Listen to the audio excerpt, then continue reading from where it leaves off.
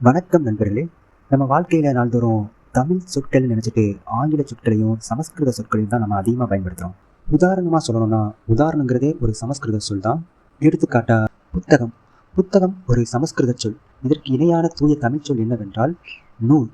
இது போல நம்ம நாள்தோறும் வீட்டில் பயன்படுத்துகிற சமஸ்கிருத சொற்களுக்கு இணையான தூய தமிழ் சொற்களை பற்றி இங்கே பார்க்கலாம்.